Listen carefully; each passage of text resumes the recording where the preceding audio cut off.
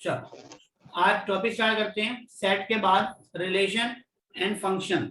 आज का हमारा टॉपिक जो है वह रिलेशन एंड फंक्शन के बारे में, और इसके बाद ये चैप्टर जो है आपका वो फिनिश हो जाएगा। तो ध्यान से कोशिश करना समझने की। देखो, रिलेशन में हमने स्टार्ट करने से पहले हमें बात करनी पड़ेगी ऑर्डर्ड की। Ordered pair. देखो, जब भी कोई दो नंबर ऑर्डर के अकॉर्डिंग लिखे जाते हैं, उनकी पोजीशन फिक्स है, लाइक ए कॉमा बी। आपको पता है कार्टेशियन कोऑर्डिनेट सिस्टम के अंदर ये एक पॉइंट है। इस पॉइंट में ये फिक्स है कि पहले एक्स की वैल्यू पुट करनी है और बाद में वाई की वैल्यू पुट करनी है। तो इस दोनों का ऑर्डर ना फिक्स है। जब किसी दो नंबर्स का ऑर्डर फिक्स हो तो उसको हम बोलते हैं ऑर्डर पेयर। लेकिन अगर दो से ज्यादा मतलब तीन हो तो इसका नाम हो जाता है ऑर्डर्ड ट्रिपलेट। और अगर इससे भी ज्यादा हो, मान लो A1, A2, A3 up to AN, n elements की अगर बात की जा रही है तो उसको हम बोलते हैं order n tuple. Order n tuple कहते हैं जब 5-7 चीजें ऑर्डर में लिखी जाएं। जैसे मान लो आपके मार्क्स हैं स्टूडेंट के, पहले मैथ्स, फिर इंग्लिश, फिर साइंस, फिर हिंदी, ऐसे ऑर्डर में फिक्स है। हम बार बार उसी ऑर्डर में लिख रहे हैं तो वो क्या हो जाएगा, ऑर्डर n ट्यूपल। 5 है तो ऑर्डर 5 ट्यूपल। तो इस तरीके से अब ये पढ़ क्यों रहे हैं ऑर्डर पेयर, क्योंकि हमने पढ़ना है क्रॉस प्रोडक्ट, जिसे बोलते हैं Cartesian product of set, to set. इसको डिफाइन कर, इधर मैं बैठ जाता हूं। ए कोमा बी अगर दो एलिमेंट है, हेलो पब्लिक भी आओगी भाई, ठीक है, ए कोमा बी अगर इस तरीके से है, सेट ऑफ मतलब फर्स्ट एलिमेंट है वो कैपिटल ए को बिलोंग करेगा और सेकंड एलिमेंट जो है हमारा वो कैपिटल बी को बिलोंग करेगा। मान लो एक एग्जांपल ले लेते हैं, ए इक्वल टू मान ले लिया हमने 1 2 3 और बी इक्वल टू में ले लिया हमने ए और बी। आपसे कहा जाए कि ए क्रॉस बी बनाओ, तो आपने ऐसा कलेक्शन बनाना है, कलेक्शन ऑफ ऑर्डर पेयर। ये ऑर्डर पेयर ही इसका एलिमेंट बनेगा, कंप्लीट ऑर्डर पेयर। ए एक एलिमेंट नहीं है, बी नहीं है, ऑर्डर पेयर एक एलिमेंट है। तो कैसे बनेगा, 1A ए को भी निकाल रहे हैं तो 1A 1B 2A 3A 3B। इस तरीके से अगर आप कहोगे sir B cross A find out करें तो B cross A find out करेंगे तो पहला एलिमेंट जो होगा वो बी का होगा, तो उसको उल्टा लिख देंगे A1 B1 A2 A3 B2 B3 से ऑर्डर का कोई पंगा नहीं है कि सर आप पहले तो A1 B1 लिखा फिर यहाँ बदल दिया आपने, कोई फर्क नहीं पड़ता। ऑर्डर चेंज करने से कोई फर्क नहीं पड़ने वाला। इसमें नंबर ऑफ एलिमेंट जो होते हैं, अगर मैं बात करूं A क्रॉस B की या नंबर ऑफ एलिमेंट बात करूं मैं B क्रॉस A की, तो वो हमेशा number of element in A into number of element B के इक्वल होते हैं। It means from here 3 into 2 equal to 6, 6 element आएंगे। तो ये इस तरह से कार्टेशियन फॉर्म है। इसके अलावा इसमें क्या पूछता है, इसमें पूछता है वो कि डोमेन, अच्छा डोमेन नहीं है अभी एक और 20 होता है। अब वो कहता है इसको वेन डायग्राम से समझाओ, तो वेन डायग्राम सिंपल है, दो सर्कल ले लिए ए और बी, इनका कोई कॉमन एलिमेंट नहीं है, 1 2 3 ऐसे बना लिया, यहाँ पे ए बी और सी बना लिया अलग। और वो कहता है कि 1 का देखो किस रिलेशन है, ए से, 1 का बी से, 1 का सी से। ये वेन डायग्राम हो गया ए क्रॉस बी का। ऐसे 2 का 2B 3A 3B और 3C। तो इस तरीके से ये आपके एलिमेंट जो हैं वो आपने, सॉरी सी मैंने गलत बना दिया, सी नहीं था, तो सी वाला आप हटा सकते हो, ए और बी वाला ही लेना। तो वेन डायग्राम जो होता है इसका कार्टेशियन प्रोडक्ट का, वो इस तरीके से होता है, ठीक है। ये अब वो हाँ जी सर, ये ऊपर एन के साइड में क्या लिखा है, ट्यूपल, TUPLE, स्पेलिंग ऐसी होती है TUPLE। अजीब सा लगता है वर्ड बोलते हुए, एन ट्यूपल, मतलब ये बोला जाता है। ठीक है, ये नोट कर लो जिन्होंने नोट करना है, अदरवाइज स्क्रीनशॉट भी आप ले सकते हो, बाद में नोट कर सकते हो। नेक्स्ट देखो, अब वो कहता है कि रिलेशन क्या है। ठीक है, अच्छा एक चीज हो रहा है, मान लो कि ना छोटा सा क्वेश्चन पूछ देता है इस तरीके से x+3 y-2, ये एक ऑर्डर पेयर है जो किसी दूसरे ऑर्डर पेयर के इक्वल है, तो कहते हैं find the value of x। तो ऑब्वियसली फर्स्ट एलिमेंट फर्स्ट के इक्वल होगा और सेकंड एलिमेंट सेकंड के इक्वल होगा। तो ऐसा अगर क्वेश्चन पूछ ले तो आप उसको बहुत आसानी से ऐसे कर सकते हो। बिल्कुल सही आंसर था आपका 1, और ऐसे ही y-2 = 5, इसमें y = 2+5 में दैट इज 7। बहुत आसानी से फाइंड किया जाता है, ऐसा एक क्वेश्चन भी आ सकता है। इसके बाद ऑर्डर पेयर में हम बात करते हैं। मान लीजिए आपके पास वो कहता है, ये ऊपर वाला एग्जांपल दोबारा ले लेता हूं मैं। ए दिया हुआ था 1 2 3 और बी लिया था मैंने a, b।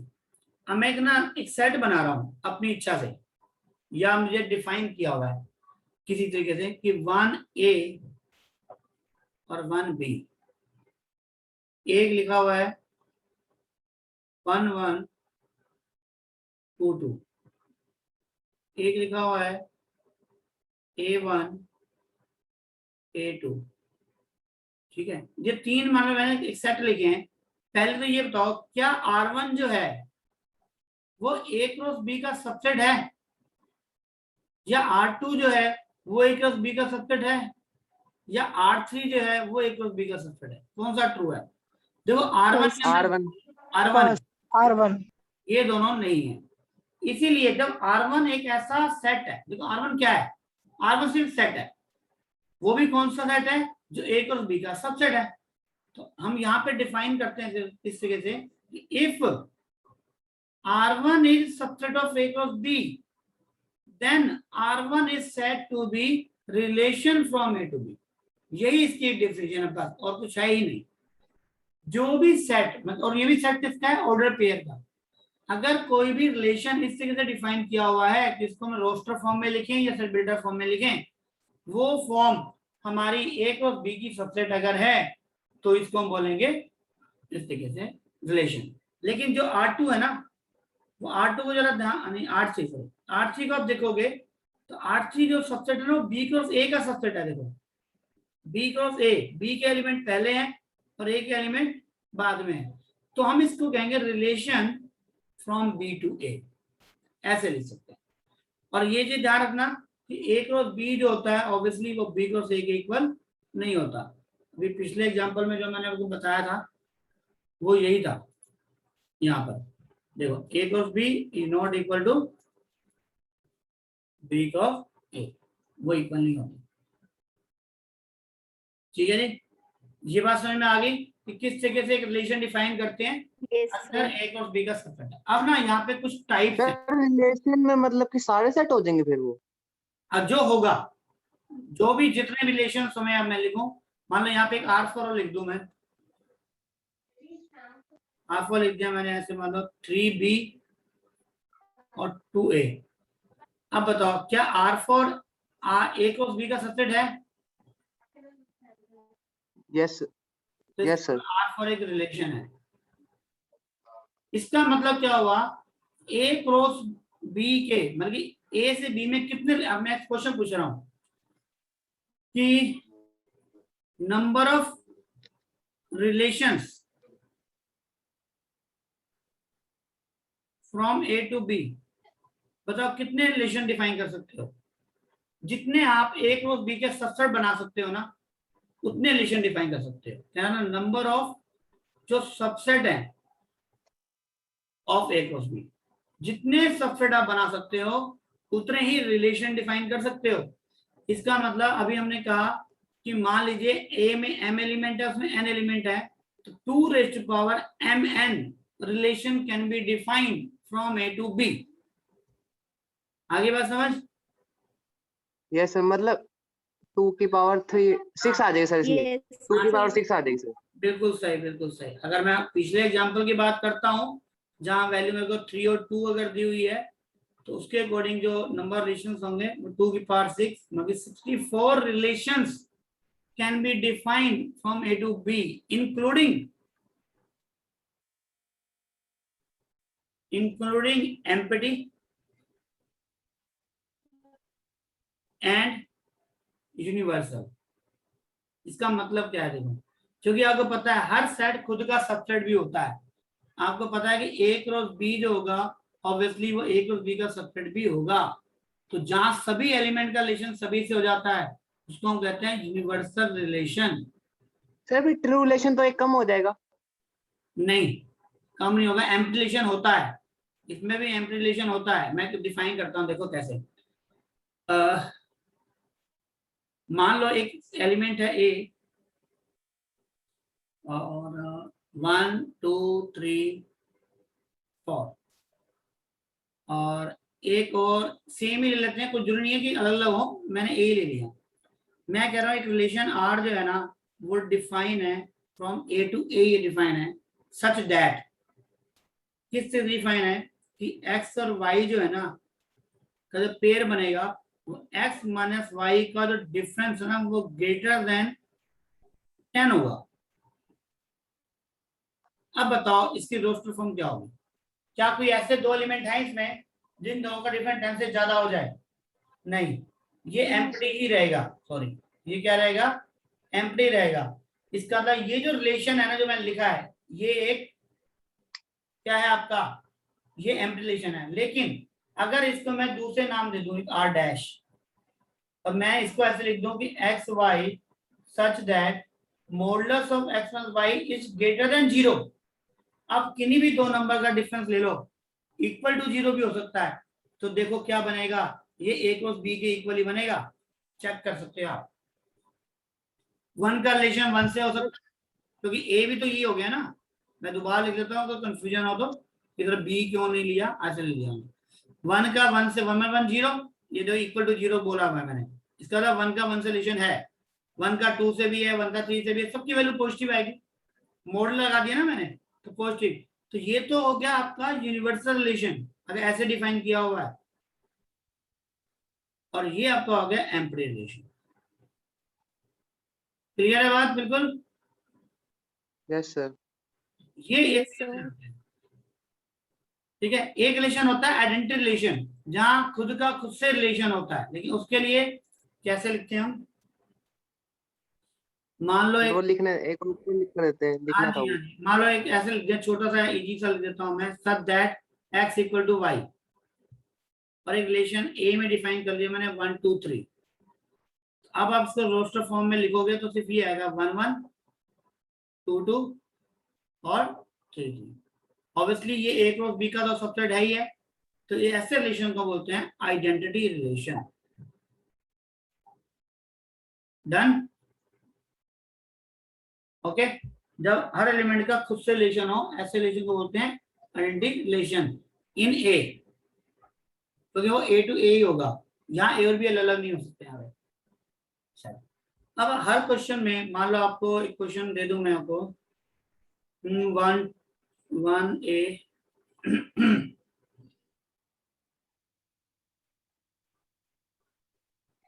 एक रिलेशन है जहां पे ए की वैल्यू तो 1 2 3 चलो ऊपर में ले लेते हैं, बी लिख देता हूँ एक और, ए बी सी और डी। यहाँ पे ना आपसे 3 चीज पूछेगा आपसे।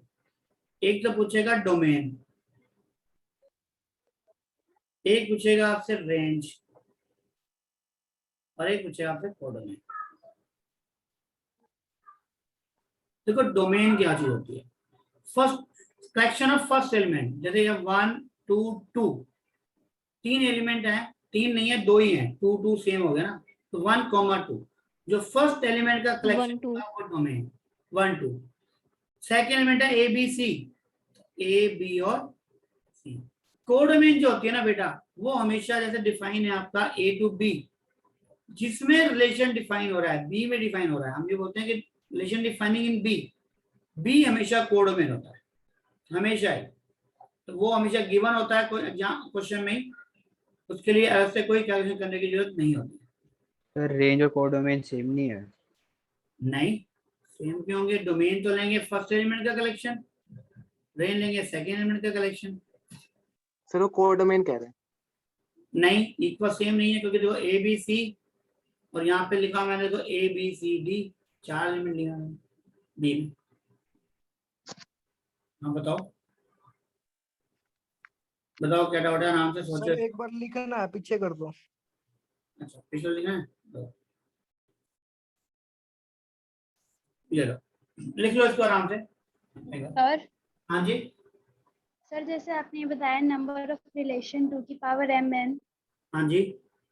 तो नंबर ऑफ प्रॉपर रिलेशन भी होता है कुछ? नहीं प्रॉपर इसमें सेट के डिफाइन नहीं करते। हाँ अगर कहीं पे कहा जाएगा प्रॉपर तो वैसे तो प्रॉपर, -1 कर देंगे। हाँ वैसे प्रॉपर रिलेशन होता नहीं है। सेट में प्रॉपर सेट डिफाइंड है, रिलेशन में तो उसका नया नाम दे तो दिया यहाँ पे, एक एम्प्टी रिलेशन दे दिया और एक यूनिवर्सल दे दिया इसलिए, ठीक है। बाकी फिर भी हाँ अगर कोई कहे कि प्रॉपर ही बताओ तो प्रॉपर का लिंक मतलब कि वही चीज है, कहने का मतलब ये है, आप जो कह रहे हो ठीक है, ठीक है। तो वनलेस प्रॉपर अगर रिलेशन पूछेगा तो वनलेस करते हैं।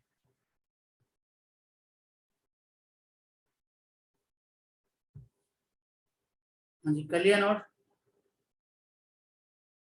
Yes sir. ये वाला भी चलो अब देखते हैं नेक्स्ट। सर ये वाला नहीं करा था, करना एक बार, 1 सेकंड के लिए बस। कर लो जी नोट कर लो। इसके बाद हम बात करते हैं, sir proper relation proper subset के तरह कह रहे हो? हाँ ये कह सकते हैं आप कह सकते हो। वैसे ये पूछा नहीं गया कभी, पर फिर भी अगर कहीं को पूछ रहा है तो इसका मतलब उसका लिंक उसी चीज से ही है।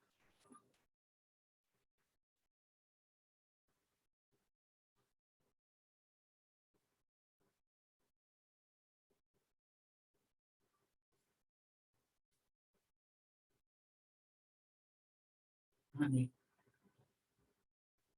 आगे देखते हैं फिर। देखो रिलेशन तो यहाँ हो गया खत्म। अब हम बात करेंगे टाइप्स ऑफ रिलेशन के बारे में। वैसे तो 12th के बच्चों ने पढ़ रखा है ये जो मैथ था, टाइप ऑफ रिलेशन। क्या पढ़ा है आपने? सबसे पहले कौन सा पढ़ा है? रिफ्लेक्सिव। दूसरा आपने पढ़ा हुआ है सिमेट्रिक। ट्रांजिटिव। और तीसरा आपने पढ़ा है ट्रांजिटिव। देखो 12th में तो सब्जेक्टिव पेपर आपने नहीं दिया जो देना चाहिए था आपको, आप जंप करके आ गए 12th तो बाय डिफॉल्ट। लेकिन अगर होता तो वहां लिखना पड़ता है पूरा। यहाँ एमसीक्यू है तो लिखने की कोई जरूरत नहीं है, हमें हमें सिर्फ समझना है, तो क्वेश्चन को पढ़ के बताना है बस कि वो किस टाइप का है। तो इसको हम शॉर्ट में RS की भी कह सकते हैं, ठीक है ना। तो देखो रिफ्लेक्सिव का मतलब क्या होता है? अगर मान लीजिए एक सेट है हमारे पास A 1 2 और 3 एलिमेंट है और हम कह रहे हैं कि रिलेशन है R defined from A to A। यहाँ A to A के बारे में बात कर रहे हैं हम, देखो A to B के बारे में बात नहीं होती यहाँ पे जब हम इन टाइप्स की बात करते हैं।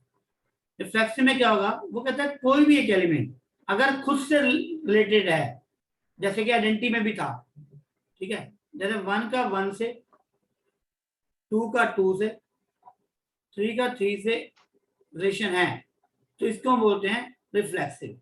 आप कहोगे सर फिर आइडेंटिटी रिलेशन में क्या फर्क है, तो इसमें क्या फर्क है? फर्क ये है कि इसमें 1 2 भी हो सकता है। मतलब कि इसमें ये कहा जाता है कि X रिलेशन R हर एलिमेंट का खुद से रिलेशन होना चाहिए, दूसरे से है या नहीं वो बात की बात है, ठीक है। आइडेंटिटी में तो कंडीशन है कि 1 1 2 2 और 3 3 ही होना चाहिए, उसके अलावा नहीं होना चाहिए।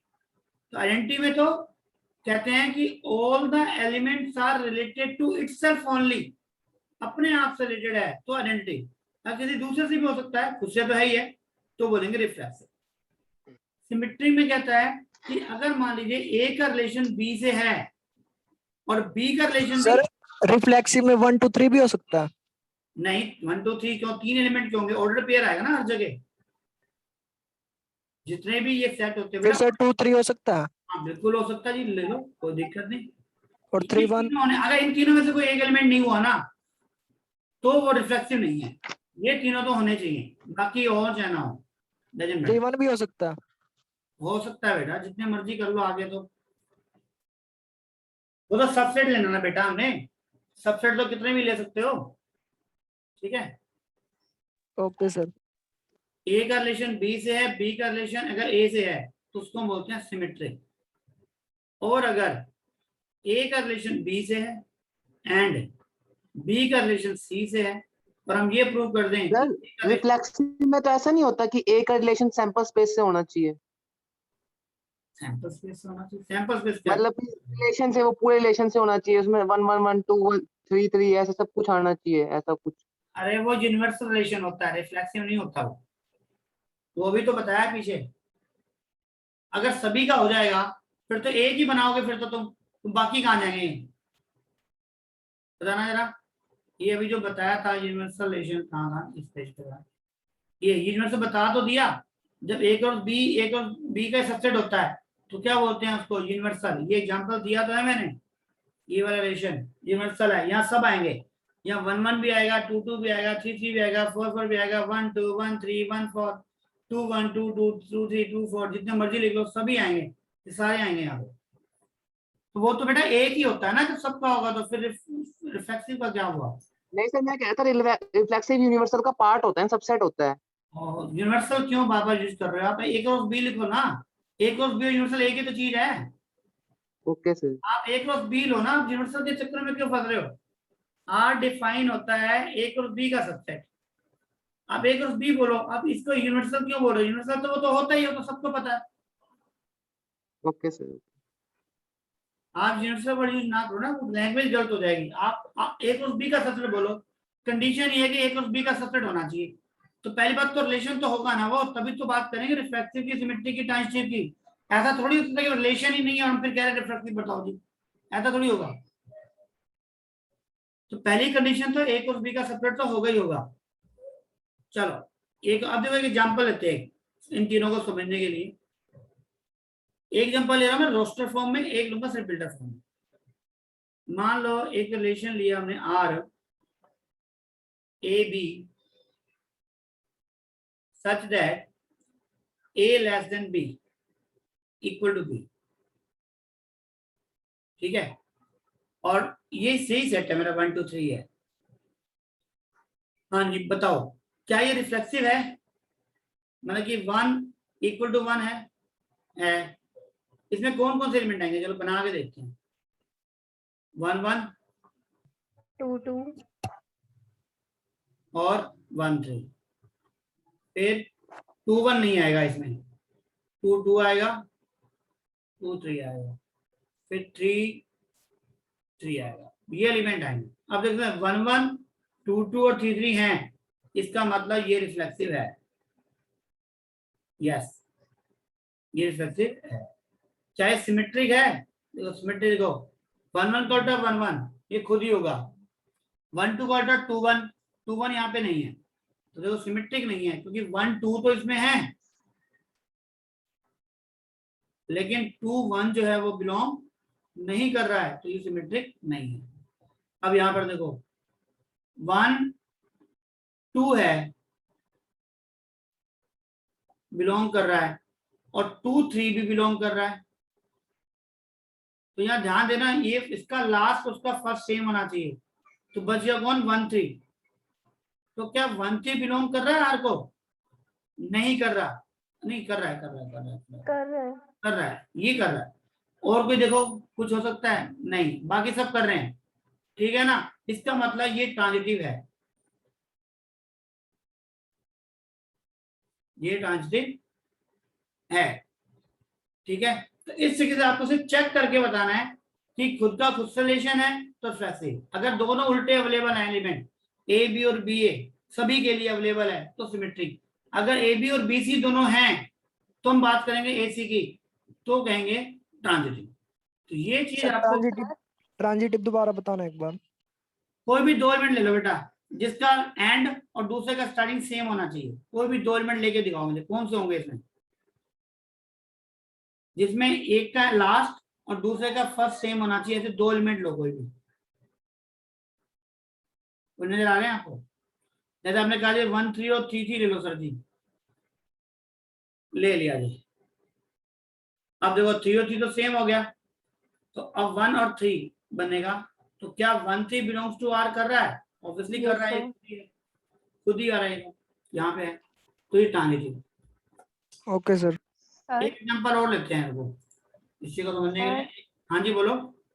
सर अगर सिमेट्रिक में एक भी सेटिस्फाई ना करे तो वो नहीं होता symmetric? हाँ जी, एक भी, अगर कोई भी चीज जानना, अगर एक चीज के लिए भी वो ट्रू नहीं है तो वो नॉट है, ट्रू होगा तो सभी के लिए होगा, ये ध्यान रखना। अब मान लो सर हाँ जी, एक बार रिफ्लेक्सिव फिर से समझा दो। मैं बता रहा हूँ, एक दूसरा एग्जांपल ले रहा हूँ, कोई बात नहीं। एक हम ना लाइन का सेट ले रहे, दो लाइनें हैं L1 और L2, L और M, एक मिनट, R और M ले लेते हैं। L और M दो लाइन है, सच दैट कि L पैरेलल M है, और L और M क्या है, मैं लिख देता हूँ, L and M are lines in a plane, एक ही प्लेन में।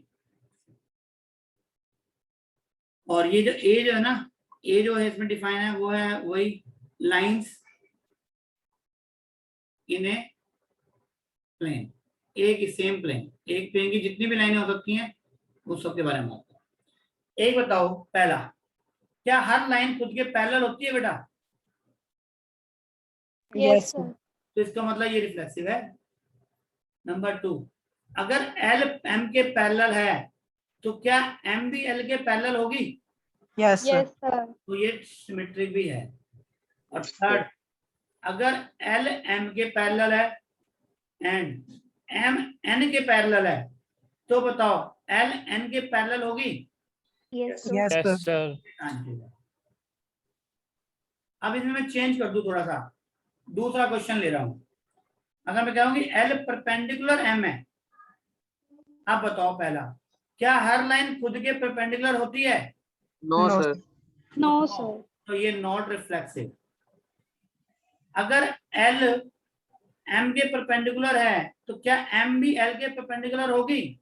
Yes sir. यस ठीक है, सर। तो ये सिमेट्रिक है। थर्ड, अगर L M के परपेंडिकुलर है और M N के परपेंडिकुलर है तो बताओ क्या L N के परपेंडिकुलर होगी? No No, sir, sir, parallel parallel होगी। होगी। ये ट्रांजिटिव नहीं है। सिंपल सा फंडा है ये। आगे बात समझ? अब तो यस सर। बस यही चीज समझनी है। ए का मतलब ए बी का फ्रेंड है, बी सी का फ्रेंड है, तो क्या ए सी का फ्रेंड होगा? कोई जरूरी नहीं है, ठीक है, और हो भी सकता है, वो डिपेंड करता है।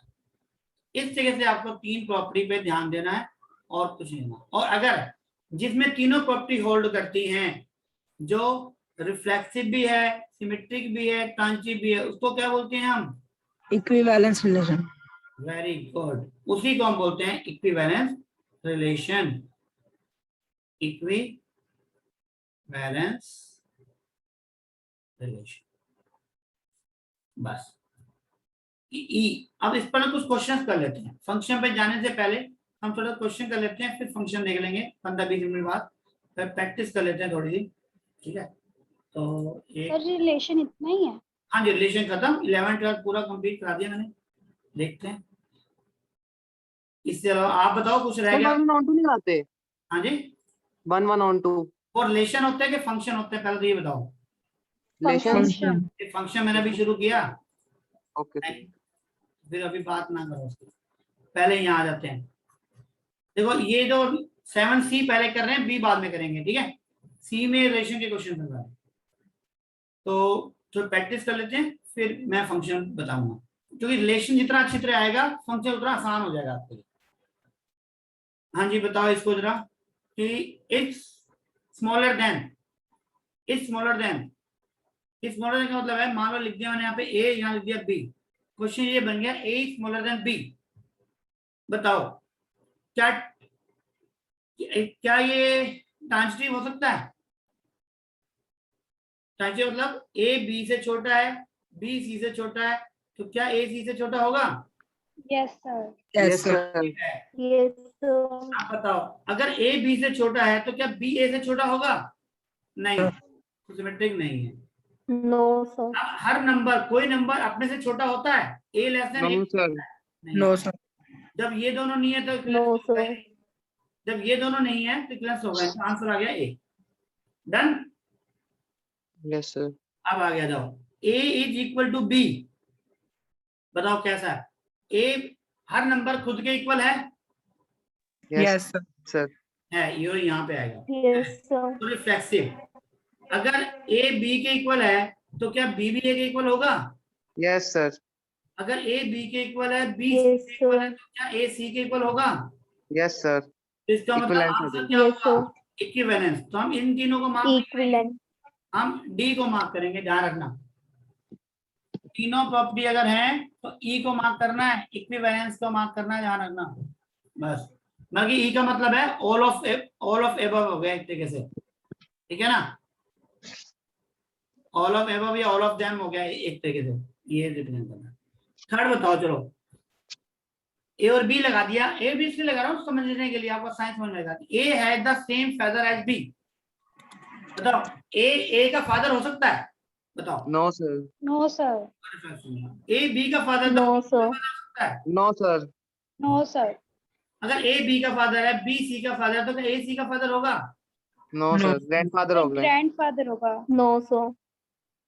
तो A has the same father as B. अच्छा, इसमें एक चीज रुको, इसमें सेम फादर लिखा है, ए और बी भाई हैं। सॉरी, एक मिनट, थोड़ी मेरे से मिस्टेक हो गई है। ये भाइयों की बात कर रहा है, ये ए और बी है सेम फादर, मतलब कि सिबलिंग की बात कर रहा है। हमने क्वेश्चन जो किया वो लिखा है A has the father as B, मतलब ए ये फादर ऑफ बी कर दिया था हमने, ठीक है। चलो आप बताओ, A has same father as A. अगर मैं कहूँ A has a same father of A, yes, A और यस सर। हो गया ना। यस अगर सर। ए और बी का फादर सेम है तो बी और ए का फादर भी तो सेम होगा। Yes sir. अगर ए और बी के फादर सेम है, बी और सी के फादर सेम है, तो ए और सी के फादर भी क्या होंगे? सेम। तो ई आंसर। इक्विवेलेंस आ जाएगा। Same. ये वो क्वेश्चन जो अभी मैंने कराया था, और तभी क्या है सर? हाँ, स्ट्रेट लाइन वाला। तो उसमें क्या था? ये नहीं था, सिमेट्रिक था, सिमेट्रिक था। ये तो होगा, ये तो सिमेट्रिक आंसर। चलो ये बताओ, ए इज रेसिप्रोकल ऑफ बी। हाँ जी, क्या कह रहे हो बेटा? आवाज नहीं आ रही बेटा, जो पूछ रहा था कुछ तो, तुम। हाँ जी, फिफ्थ बताओ, सिमेट्रिक आएगा सर। Reciprocal of B. देखो, क्या नंबर खुद का रेसिप्रोकल होता है? ए रेसिप्रोकल होता है इसका? नहीं, एक केस में हो सकता है, वन में, पर वो एक केस से काम नहीं चलेगा ना, सभी के लिए होना चाहिए, तो ये नहीं होगा, ठीक है। तो ये रिफ्लेक्सिव नहीं है। ए अगर मान लो ए बी का रेसिप्रोकल है तो बी ए का होगा? यस। Yes, होगा. Yes sir. ए बी का रेसिप्रोकल है, बी सी का रेसिप्रोकल, तो क्या ए सी का रेसिप्रोकल होगा? नहीं। No sir. No, sir. देखो, इससे कहते हैं A equal to 1 upon B, B equal to 1 upon C, तो ए इक्वल टू सी होगा, ना कि 1 अपॉन सी होगा, इसलिए ये नहीं होगा। तो आंसर आ गया एस। डन। Yes sir. चलो जी, सर सिक्स का इक्विवेलेंस। हाँ, y इक्वल टू एक्स है तो x x के इक्वल होगा, x y के इक्वल है तो y भी x के इक्वल होगा, x y के इक्वल है, y z के इक्वल है तो x z के भी इक्वल होगा। तो 6 का तो आंसर आ गया E, इक्विवेलेंस। हाँ जी, 7 देखते हैं ना, रिफ्लेक्सिव होगा। 7 बताओ। देखो, रिफ्लेक्सिव होगा। हाँ, अब देखो, x प्लस एक्स क्या 2x होगा? एक मिनट ध्यान रखना, यहाँ पे Yes, sir. सोल्व करने की जरूरत नहीं है, कहीं गड़बड़ कर दो। वैसे तो देखो होगा x plus y equal to क्या है 2x, ठीक है। अगर मैं इसको x प्लस x कर दूं तो क्या होगा? ये 2x, ये करेक्ट है, ठीक है ना। अगर मैं यहाँ पे लिख रहा हूँ y प्लस x किसके इक्वल होगा? 2x। होगा। Yes sir. तो वैसे तो देखा जाएगा तो सोल्व कर ही दो, चलो। तो y का 2x आएगा, तो रिफ्लेक्सिव, सिमेट्रिक और ट्रांजिट तीनों हो गए ना, तो ई आंसर आ जाएगा, ठीक है। ओके बेटा, ठीक है। ये तो पिछले जैसा ही क्वेश्चन था ना, 6 जैसा ही। किसी को डाउट हो बताओ? No, sir. सर एक बार ट्रांजिटिव वाला था ना? बेटा, जब x y के इक्वल ही आ गया, तो जब x y के इक्वल है, y z के इक्वल है, तो x z के इक्वल नहीं हो जाएगा? Okay sir. Okay sir. Yes sir. Yes. ये एक्चुअल टू y को तो डिपेंड कर रहा है, ठीक है। चलो, इट इज स्क्वायर ऑफ, हाँ जी ये बताओ, a is a square of b। क्या ए के स्क्वायर के इक्वल होता है? No sir, no sir. Always नहीं होता। अगर No, ए sir. बी के स्क्वायर के इक्वल है तो क्या बी ए के स्क्वायर के इक्वल नो होगा? सर, नो सर, ए अगर बी के स्क्वायर के इक्वल है, बी अगर सी के स्क्वायर के इक्वल है तो होगा? नो सर, नो सर, नहीं, none of this. No, sir. तो नन ऑफ दीज आंसर। और ये वाला क्वेश्चन तो वो आपका आ गया सेट वाले, ठीक है ना, जो लास्ट सेक्शन में मैंने आपको कराया था। तो ये एक्चुअली आगे बढ़ने से पहले हम वापस सेट पे जा रहे हैं, क्योंकि अब क्वेश्चन सेट वाले दोबारा से आ जाएंगे, मिक्स हो जाएंगे यहाँ पे। तो रिलेशन जो था ना उसके टाइप से, उसका ऐसे ही क्वेश्चन आता है बस, ठीक है, जो आपको करना है। और इसमें कोई सब्जेक्टिव जो पेपर है नहीं, और कुछ नहीं पूछेगा आपसे, आपसे यही चीज पूछेगा बस रिलेशन के अंदर। Okay, clear that? Yes sir. अब हम बात करते हैं किसकी? फंक्शन की, ठीक है। तो वापस एक बार फंक्शन पे आते हैं और इस टॉपिक को हम यहाँ पे क्लोज करते हैं। फंक्शन क्या ये है 9 से आगे खुद करने हैं सर? बेटा? वो सेट वाले क्वेश्चंस हैं, वो था ना नंबर ऑफ एलिमेंट वाले, तो पिछले एग्जाम में मिक्स क्वेश्चन शुरू हो Yes, जाएंगे, sir. इसलिए अभी फिलहाल छोड़ दिए, कर लेंगे बाद में, ठीक है। फंक्शन टॉपिक पहले मैं करा दूं इसलिए, ठीक है, फिर Okay, से भी कर लेंगे ना थोड़ी सी, तो फिर चैप्टर फिनिश हो जाएगा हमारा। तो फंक्शन देखो क्या है, देखो फंक्शन और रिलेशन, पहली बात तो ये समझ लो एक ही चीज है। फंक्शन है क्या? Function is a relation. पहले तो ये बात रखना, जो रिलेशन की प्रॉपर्टी है वो सारी फंक्शन की होती हैं। कहने मतलब फंक्शन जो होता है वो भी ए क्रॉस बी का सबसेट ही होता है। पहली बात तो याद रखो कि बच्चे सोचते हैं फंक्शन नई चीज आ गई, नहीं है। Function is a relation, function एक रिलेशन ही है। तो रिलेशन की जितनी प्रॉपर्टी थी वो सारी फंक्शन के अंदर होती हैं। लेकिन हम इस रिलेशन को ना एक स्पेशल रिलेशन बना रहे हैं। क्या कह रहे हैं? Function is a relation such that, condition क्या लगा दी हमने, all element of A has a unique image in B. यहां ना दो कंडीशन ऐड कर दिया है। कैसे? मान लो रिलेशन के अंदर तो आपने लिखा 1 2 3 ए बी सी, ये ए से बी में आपने कहा रिलेशन डिफाइन है ऐसे, 1 का सी से है, बी का 2 से है, बी का ए से है, चलेगा, ये रिलेशन है, ये रिलेशन बिल्कुल डिफाइन है। 1 का सी से है, 2 का ए से है, 2 का बी से है, बिल्कुल चलेगा। यहाँ पे मैं बात करूं डोमेन की, domain of R, D R लिख रहा हूं मैं, छोटा आर ले देते हैं, डोमेन ऑफ आर क्या हो जाएगी हमारी वैल्यू 1 और 2। रेंज ऑफ आर अगर मैं बात करूं तो वो हो जाएगी ए बी सी। और कोडोमेन की अगर बात करूं मैं, कोडोमेन तो हमेशा बी होता है, जो मर्जी कर लो। लेकिन जब मैं बात करता हूं फंक्शन की, ये रिलेशन फंक्शन नहीं है, क्योंकि कंडीशन है ऑल एलिमेंट। यहाँ पे 3 की कोई इमेज नहीं है, 3 का कोई रिलेशन नहीं है, तो ये आपका रिलेशन फंक्शन नहीं है। अगर इसको फंक्शन बनाना है तो 3 का किसी ना किसी से रिलेशन होना चाहिए। मान लो सी से कर दिया, क्या ये अभी भी फंक्शन है? नहीं है। क्यों? यूनिक, इसने कहा यूनिक इमेज। यहाँ पर 1 का तो सी से है, एक है, 3 का सी से है, ये भी एक है, लेकिन 2 के 2 हैं, ए और बी। 2 के देखो 2 जा रहे हैं इमेज, 2 का 2 से रिलेशन है ए और बी, ये भी एक फंक्शन नहीं है। तो 2 बातें ध्यान रखनी है। एक तो ये कि जो डोमेन है अब आपकी वो ए ही होनी चाहिए। जब आपसे कहा ना फंक्शन ए टू बी, क्योंकि रिलेशन ए टू बी के अंदर ए जो है ना वो आपकी डोमेन होनी ही चाहिए। यहाँ तो नहीं है, यहाँ तो सबसेट है ए का, रेंज में तो सबसेट चल जाता है, फंक्शन में नहीं चलता। फंक्शन में ए डोमेन होती है, बी कोडोमेन होती है, लेकिन जो रेंज है उसकी कोई गड़बड़ नहीं है। अगर यहाँ पे डी बच गया कोई दिक्कत नहीं है, रेंज जो है वो कोडोमेन की सबसेट हो सकती है। ये ही चीज ध्यान रखनी है बस। Function is a relation, all functions are relation, ये भी ध्यान रखना, but all relations are not function. क्यों? जिस रिलेशन में 2 कंडीशन लगी होंगी, पहली कंडीशन ए टू बी अगर रिलेशन है तो ए के सभी एलिमेंट की इमेज होनी चाहिए, यहाँ पर कोई खाली नहीं बचना चाहिए।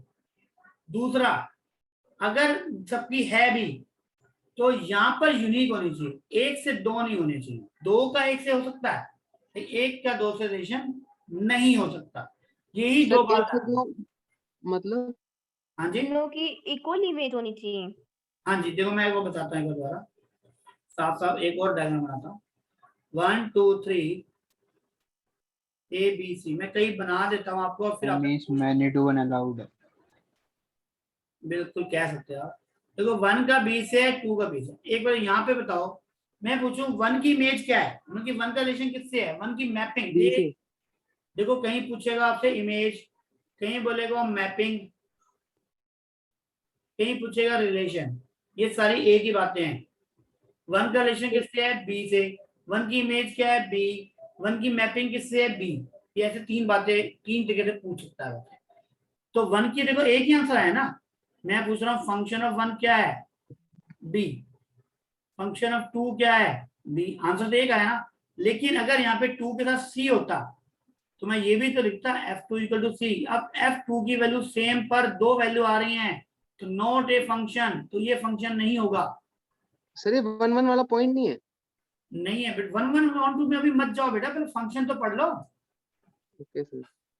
बेटा। 1 1 2 तो बहुत दूर है, खाली फंक्शन ही समझ लिया ना, वही बहुत बड़ी खेल है। अभी पहले फंक्शन समझो। 1 1 2 में बताऊंगा, कहीं नहीं भाग रहा मैं। पहले फंक्शन मुझे बताओ कि ये फंक्शन है कि नहीं है। 1 1 2 तो बेटा तभी होगा जब फंक्शन होगा, जब 1 1 नहीं है सर, 1 1 देखो नहीं, फंक्शन नहीं है, सॉरी सर, फंक्शन नहीं है। फंक्शन नहीं, ये बात है, फंक्शन नहीं है क्योंकि दो इमेजेस हैं बी और सी। अगर मुझे इसको फंक्शन बनाना है तो ये वाली जो लाइन है ना, ये वाली लाइन यहाँ नहीं होनी चाहिए, ये चलेगी, ठीक है। और दूसरी बात, अभी भी ये फंक्शन नहीं है क्योंकि 3 का कोई रिलेशन नहीं है, 3 का भी किसी ना किसी से होना चाहिए, यहां कर दिया। अब देखो 1 की इमेज बी, 2 की इमेज भी बी, और 3 की इमेज सी। जैसे सी हो गया, अब ये यस हो गया क्योंकि 3 एलिमेंट है ए में, तीनों की इमेज है और वो भी यूनिक है, एक एक एक। तो इसको बोलते हैं फंक्शन। यहाँ पे एक खाली रह गया, कोई दिक्कत नहीं, यहाँ खाली रह सकता है बी में। क्यों, यहाँ पर रेंज क्या है, बी और सी। कोडोमेन क्या है, बी। तो कोडोमेन तो होगी एबीसी, और बी और सी क्या है आपकी रेंज। मैं लिख देता हूं,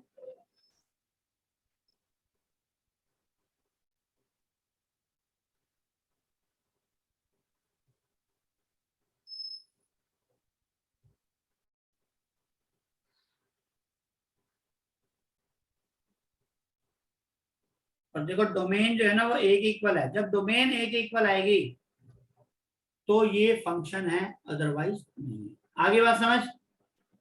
चलो एक और बताओ। Yes sir. 3 का ये है, ये है, और हाँ जी, एकांश बता सकते हो क्या ये फंक्शन है। Yes sir. ठीक है, अगर हम 3 का 8 से कर देते तो क्या फंक्शन होता। No sir. ठीक है,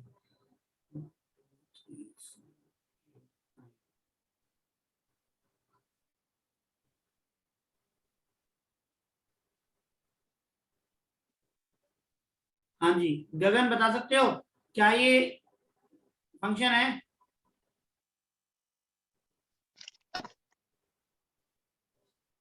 अंकित आप बता दो। है सर फंक्शन। फंक्शन है क्योंकि देखो सबकी एक ही इमेज है। 1 के लिए पूछा जाएगा तो 8, 8 2 की है नहीं, हमें क्या लेना देना। 1 के लिए तो एक ही इमेज है ना 8, 2 की क्या है 8, 3 की क्या है 8, 4 की इमेज क्या है 8। तो यूनिक इमेज है और यहाँ पे कोई खाली एलिमेंट भी नहीं है हमारा। अगर ये हो जाता तो ये फंक्शन है। पहले तो आप ये समझो फंक्शन क्या है। Function is a relation in which all element of A has a unique image in B. ये लाइन को लिख के याद करके दिमाग में बैठा लो। ये दो कंडीशन अगर रिलेशन में लग रही होंगी, रिलेशन का मतलब वो ए प्लस बी का सेपरेट तो होगा ही होगा, ठीक है ना। तो वो सर एक बार लिखना बताना एक बार आप। लिख देता हूँ, लिख देता हूँ। वे लिखी तो थी ये लाइन, दिखा देता हूं। Yes, sir. ये लिखी थी, F is a relation such that if all element of A has a unique image in B। ये चीज आप दिमाग में सेट कर लो बस। सर ये F के नीचे सब F subset A into B कराया है, ये नीचे इक्वल का साइन डाला है आपने। कहाँ पे बेटा, दोबारा बोलेगा? F subset A into B।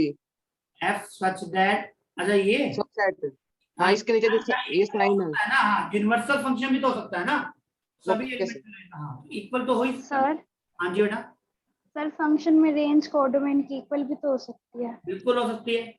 मैंने ये तो मैंने लिखा नहीं ना इक्वल। वो एग्जाम्पल नहीं लिया ना मैंने कोई अभी तक, तो ले लेता हूँ मैं, अभी तो समझाता हूँ उसको।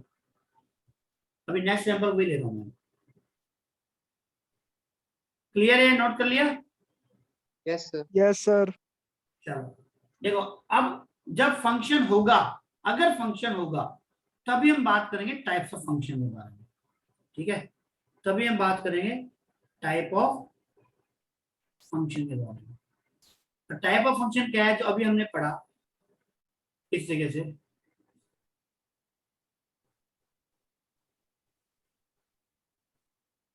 देखो 4 केस पॉसिबल है,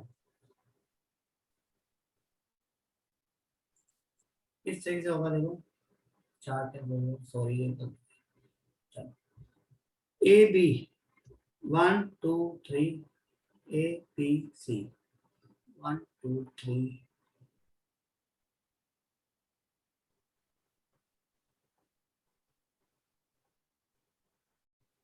देखो वो कहता है कि 1 का ए से रिलेशन है, 2 का सी से है, 3 का बी से। यहां पर जरा ध्यान से देखो कि एक का एक से ही है, सभी का एक है, 1 का ए से, 2 का ए से, बी का। या मैं कहूं किसी भी एलिमेंट की प्री इमेज 2 नहीं है। प्री इमेज में उल्टी, अगर मान लो ये ऐसे दिया जाता है 1A 2A और 3B, मान लो ऐसे, यहां पर 1 की इमेज ए है, 2 की इमेज ए है, लेकिन ए की प्री इमेज कितनी है? 2। तो जब ए की प्री इमेज, किसी की भी प्री इमेज अगर 2 हैं, एक से ज्यादा हैं, तो इसको हम बोलेंगे मैनी 1। लेकिन अगर सभी की प्री इमेज 1 है तो उसे बोलेंगे 1। समझ रहे बात? सभी की अगर प्री इमेज 1 है तो 1 1।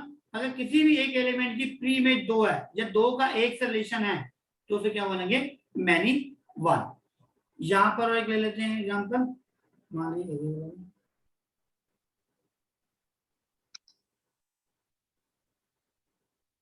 यहां पर भी देखो एक का एक से एलिमेंट सबका है, तो क्या है ये 1 1। और यहां पर भी देखो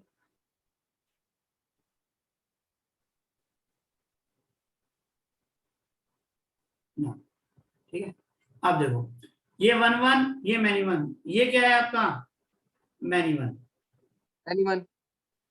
पहली बात ध्यान रखना, कोई भी फंक्शन अगर डिफाइन है, अगर है, तो 100% वो 1 1 या मैनी 1 में से कोई एक टाइप का जरूर होगा। ध्यान रखना, ऐसा नहीं कि दोनों टाइप का ना हो, 1 1 भी ना हो, मैनी 1 भी ना हो, ऐसा नहीं हो सकता। एक जरूर होगा, चाहे 1 1 हो चाहे मैनी 1 हो, इन दोनों में से एक कैटेगरी जरूर होगी। तीसरी चॉइस ही नहीं है, और नन की भी कोई चॉइस नहीं है। ऐसा कोई फंक्शन मैनी टू मैनी होगा। हाँ, अगर कोई फंक्शन अगर है तो 1 1 या मैनी 1 में से एक जरूर होगा, जरूर होगा, ठीक है? अदरवाइज फंक्शन ही नहीं होगा वो, ठीक है? ध्यान रखना, वो फंक्शन ही नहीं है।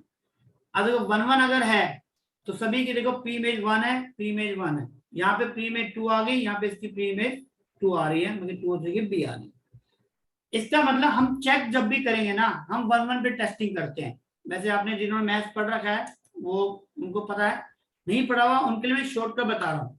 आपने सिर्फ 1 1 की टेस्टिंग करनी है। आपने ये देखना है कि फंक्शन 1 1 है या नहीं। अगर वो 1 1 है तो ठीक है, 1 1 नहीं है तो वो मैनी 1 होगा ही होगा, उसके लिए कोई टेस्टिंग करने की जरूरत नहीं है, ये ध्यान रखना, ठीक है? क्योंकि दोनों में से एक जरूर होगा। अब आते हैं दूसरी बात, यहां पर देखा जाए तो रेंज क्या है? देखो यहां पर रेंज क्या है? एबीसी,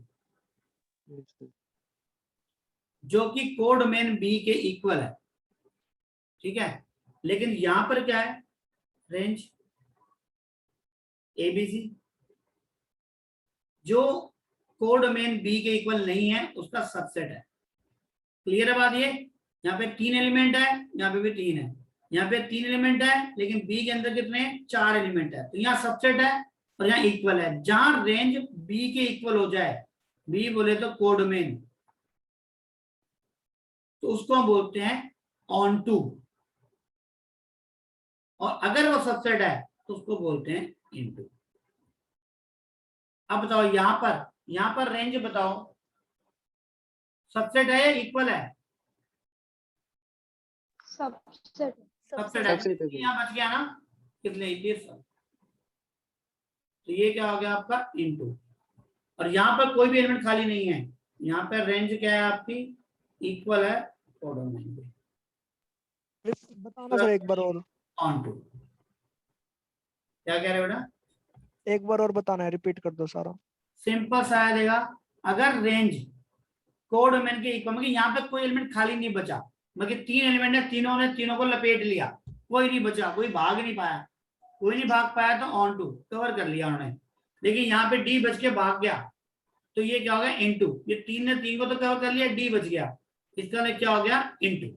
यहाँ पर देखो सी बच गया बी में, इसका मतलब क्या हो गया वो इनटू। यहाँ पर कोई नहीं है, सबने चारों ने मिलकर 3 को काबू कर लिया, ऑन टू मींस पूरा कवर कर लिया, तो उसको बोलते हैं onto. Okay okay sir. अब एक चीज यहाँ पे भी समझ लो, अगर कोई फंक्शन है तो वो इनटू और ऑन टू में से भी एक जरूर होगा।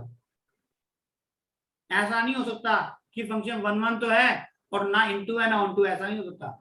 अगर फंक्शन 1 1 और मैन 1 से कोई एक टाइप का होगा तो फंक्शन 1 1 और ऑन टू में से भी, सॉरी इनटू और ऑन टू में से भी एक टाइप का होगा। क्यों? दो ही केस है, या तो एलिमेंट यहाँ पे बचेगा या नहीं बचेगा, बस। ऐसा तो हो ही सकता ना दोनों में से कि हो भी और ना भी, एक तो केस होगा, या तो एलिमेंट बचेगा या नहीं बचेगा। अगर बचता है एलिमेंट यहाँ पे तो इनटू, नहीं बचता तो ऑन टू। तो यहाँ बात ध्यान रखना, आप चेकिंग किस पे करोगे, आप चेकिंग करोगे ऑन टू पे। देखो चेकिंग कभी भी करनी हो तो 1 1 पे होती है और ऑन टू पे होती है। मतलब हम क्या करते हैं, हर फंक्शन की ना रेंज निकालते हैं। अगर रेंज जो दिया हुआ बी है उसका सबसेट है तो इनटू, अगर उसके इक्वल है तो ऑन टू, बस। ऑन टू की एक ही टेस्टिंग है, range is subset of B और इक्वल टू बी, बस। तो मेन आपको रेंज निकालना आना चाहिए। गेम कहां पे फंस गया हमारा, रेंज पे। हमें जो भी फंक्शन देगा उसकी रेंज पे ध्यान देना है। अगर रेंज पे ध्यान दे रहे हो, देखो रेंज पे ध्यान दे रहे हो तो इसका मतलब बात कर रहे हो ऑन टू है इनटू की। लेकिन डोमेन पे ध्यान दे रहे हो कि किसी की दो की तो वैल्यू सेम नहीं है, तो किसकी बात हो रही है, 1 1 और मैनी 1 की। देखो डोमेन पे ध्यान दोगे तो 1 1 या मैनी 1 का आंसर निकल के आएगा। रेंज पे ध्यान दोगे तो ऑन टू और इनटू में से एक का आंसर निकल के आएगा। ठीक है, तो आपको ये चेक करना है। ये 4 ही केस हैं। क्लियर है बेटा? Yes, sir. Yes sir. इसका स्क्रीनशॉट ले लो या बना लो, सब कुछ इसके अंदर है। लेकिन की कोई डेफिनेशन लिखवा देते हो? दिखा देते हैं बेटा, डिवीजन तो आपके सामने है, बुक में लिखी हुई है। सामने है, देखो रेंज सबसेट है तो इनटू, रेंज इक्वल है तो ऑन टू, आपके सामने है बेटा। सर हाँ जी, सर अगर कोई फंक्शन ऑन तो नहीं है तो 1 1 पे नहीं होगा ना? ऐसा कोई जरूरी नहीं है, मैंने कहा ही नहीं। ऑन टू और इनटू में से एक चॉइस होगी। अगर ऑन टू नहीं है तो इनटू जरूर होगा। 1 1 का, मैनी 1 का, ऑन टू का इनटू से कोई लेना देना नहीं है, ध्यान रखना।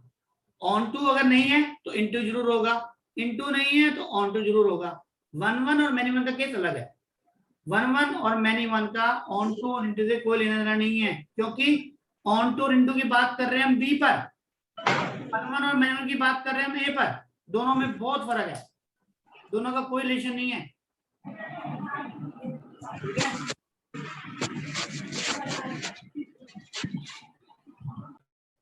ओके। Okay sir. अगर कोई फंक्शन 1 1 है तो मैनी 1 नहीं होगा, मैनी 1 है तो 1 1 नहीं होगा, उसका ऑन टू इनटू को लेना है। ऑन टू इनटू अलग मैटर है।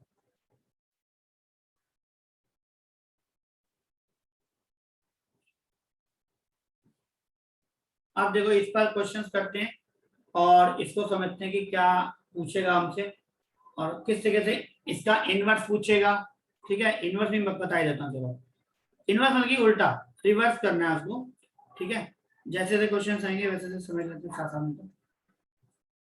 सर बाइजेक्शन फंक्शन कौन से होते हैं? मैं बता रहा हूँ, देखो एक तो होता है 1 1। देखो अगर फंक्शन 1 1 है तो उसको बोलते हैं इंजेक्टिव। अगर फंक्शन ऑन टू है तो उसको बोलते हैं सरजेक्टिव। और अगर फंक्शन आपका 1 1 भी है और ऑन टू भी है तो उसको हम बोलते हैं बाइजेक्टिव। अब आप कहोगे सर मैनी वन का कोई नाम है? नहीं है, मैनी वन का कोई नाम नहीं है। ठीक है, बस हम ये कहेंगे इंजेक्टिव नहीं है। आप कहोगे इंटू का नाम है? कोई इंटू का और भी नाम नहीं है।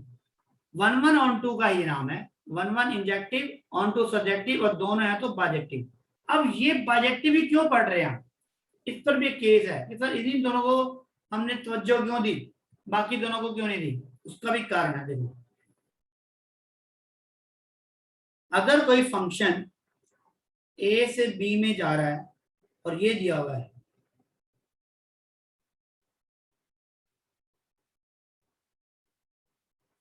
इस तरह से, और मैं इसी फंक्शन का इनवर्स निकाल रहा हूं बी टू ए, यहां लिख दिया ए बी सी।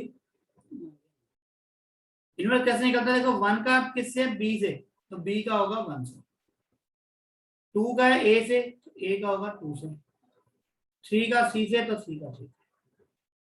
क्या ये फंक्शन है इनवर्स? बिल्कुल है, सारी प्रॉपर्टी होल्ड कर रही है।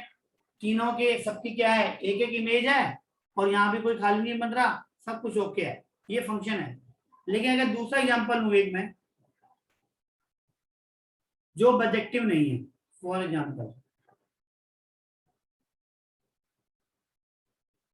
1 का भी बी से, 2 का बी से, 3 का ए से, एक और ले लेते हैं 4 का सी। ये क्या बन गया देखा जाए तो? ये हमारा है मैनी वन और ऑन टू, यही है ना भाई। बाइजेक्टिव में 1 1 हट गया ना, बस मैनी वन आ गया। अब इसका इनवर्स निकाल के देखें बेटा एक बार।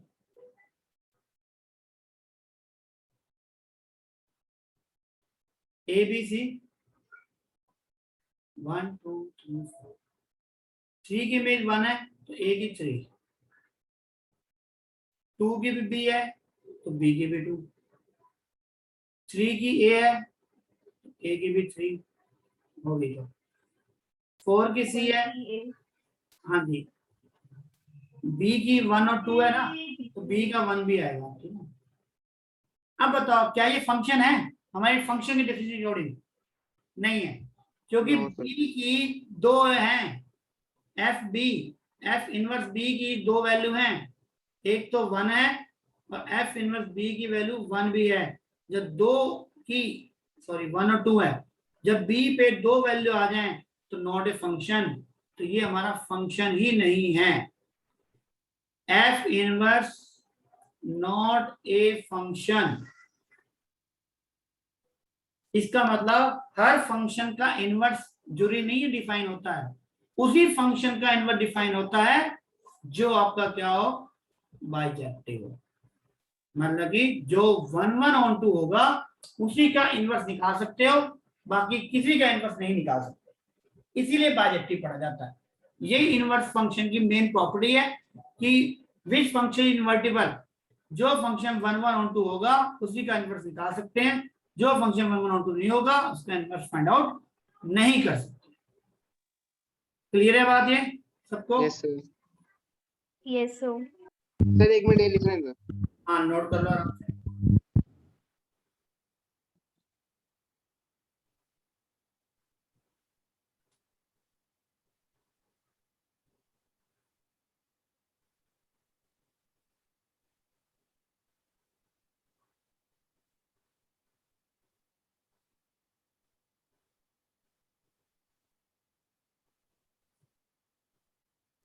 सर हाँ बेटा, सर आप कह रहे हो कि 1 1 ऑन टू का कोई लेना देना नहीं है। वन वन ऑन टू का आपस में कोई लेना नहीं, क्योंकि वन वन और मैनी वन की अलग प्रॉपर्टी है, ऑन टू और इनटू की अलग प्रॉपर्टी है, ये कहा मैंने। तो सर मान लो रेंज में कोड में 3 एलिमेंट्स है ए बी सी। एक मिनट आप बना लेते हैं, चलो आप जो कह रहे हो ना बना लेते हैं, ठीक है। चलो बताओ, एक मिनट ये दूसरे कलर से लिख लेते हैं जो कह रहे हैं। बोलो बेटा क्या वो बोल रहे हो आप? सर मान लो ए और बी 2 फंक्शन है। 2 सेट है, ठीक है। हाँ वही। हाँ जी, तो और बताओ। ए में 1 2 3 है, बिल्कुल है जी, और बताओ। बी में ए बी सी है। बी में ए बी सी। ए बी सी है, ठीक है जी। सर 1 का ए के साथ है और 2 का बी के साथ है। बिल्कुल है जी। ठीक है सर, तो अब इसमें कोड रेंज में 2 ही एलिमेंट है, हाँ जी, तो ये ऑन टू नहीं है। ये ऑन टू नहीं है, ये इनटू है, बिल्कुल सही है। तो सर ये 1 1 भी तो नहीं है, 3 ने तो ये कोई फंक्शन ही नहीं है मैडम, ये फंक्शन ही नहीं है। वन वन तो दूर की बात है, जब 3 की इमेज ही नहीं बनी तो फंक्शन किस बात का? Yes sir. Okay sir. आप जहां भी खिचड़ी पकाने की कोशिश करोगे ना वो फंक्शन ही ब्रेक हो जाएगा, ध्यान रखना। फंक्शन तो होना चाहिए, मैं तभी तो कह रहा हूँ बच्चे क्या कह सकते हैं ऑन टू इनटू का। पहला बात तो ये समझो कि फंक्शन एक रिलेशन होता है, रिलेशन की सारी प्रॉपर्टी फंक्शन के अंदर होंगी। दूसरी बात, फंक्शन के अंदर भी टाइप है, ठीक है ना। तो पहली बात फंक्शन होगा तभी वन वन ऑन टू होगा, नहीं तो फंक्शन नहीं है तो ऑन टू इनटू तो भूल जाओ, दूर की बात है। Okay sir. हाँ जी, कोई बात नहीं। कंफ्यूजिंग है मुझे, आप केस बताओ, मैं हर केस का जवाब दूंगा आपको। और भी कोई केस किसी को नजर आता है तो बताओ, हम सर अरे जो- इनवर्स पॉसिबल नहीं होता ना बाय नॉन बाइजेक्टिव के केस में? नहीं होता ना, नॉन बाइजेक्टिव के केस में नहीं होता। अगर वो वन वन नहीं है, मैनी वन है, जैसा अभी बताया एग्जांपल, ये मैनी वन का एग्जांपल लिया ना हमने। अगर ये Yes, sir. इनटू होता, मान लो यहाँ कोई एलिमेंट बच जाता 5 खाली, तो 5 यहाँ रह जाता। सॉरी यहाँ मान लो डी बच जाता 1 में, तो ये ऑन टू की जगह क्या बन जाता, फिर इनटू बन जाता, तो यहाँ पे भी डी खाली रह जाता, तो तब भी तो फंक्शन नहीं होता ये इनवर्स। तो इनटू के केस में जो एलिमेंट बच गया उसकी वजह से फंक्शन नहीं होगा, ठीक है। और मैनी वन के केस में जहां प्री इमेज 2 गई तो वहां इनवर्स करेंगे तो इमेज बन जाएगी 2, तो वो तब नहीं होगा, इसलिए नहीं होता। ओके, कैसे sir. इनवर्स फंक्शन सर ये आता है? जो बोलो बेटा, बोलो हर्ष, कुछ कह रहे थे आप?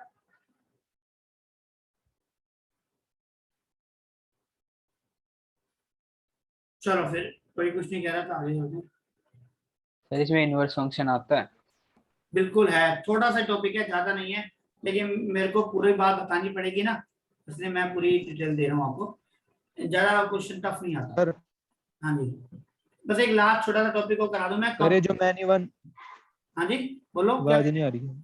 आ रही है? बोलो बेटा। सर ये जो मैनी वन और ऑन टू का फंक्शन था उसको सब्जेक्ट बोलेंगे? नहीं बोलेंगे, नहीं मैनी वन और, एक मिनट, मैनी वन और ऑन टू का फंक्शन था जो आप बोलेंगे, ऑन ऑन टू। टू तो है ना, ऑन टू की वजह से बोलेंगे, सब्जेक्टिव बोलेंगे। सब्जेक्टिव के अंदर हम ऑन टू की बात कर रहे हैं, वो मैनी वन है या वन वन है, हमें उससे कोई लेना देना नहीं है, बात ऑन टू की हो रही है, ठीक है ना। Okay sir. अगर वन वन ऑन टू करेंगे तभी तो बाइजेक्टिव बोला ना, इसलिए, ठीक है।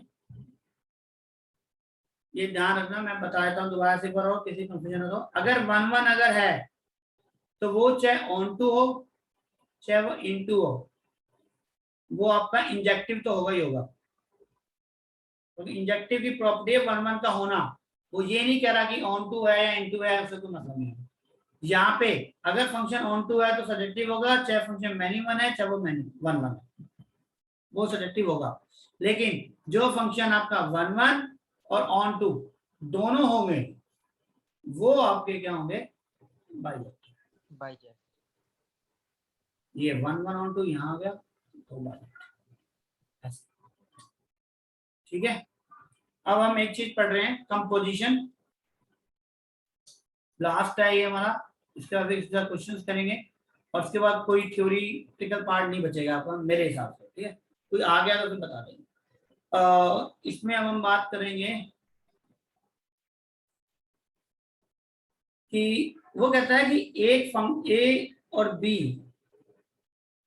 के बीच एक फंक्शन है एफ, बी और सी के बीच में एक फंक्शन है जी, दो फंक्शन है, वो एक कंपोजिशन निकालो जीओ एफ। तो जीओ एफ ना कंपोजिशन होता है, ये कैसे फाइंड आउट करते हैं, मैथमेटिकल क्वेश्चन आएगा, डायग्रामेटिक तो आना नहीं है हमारे सिलेबस में। इसका डेफिनेशन ये होती है जीओ एफ का मतलब होता है जी एफ एक्स,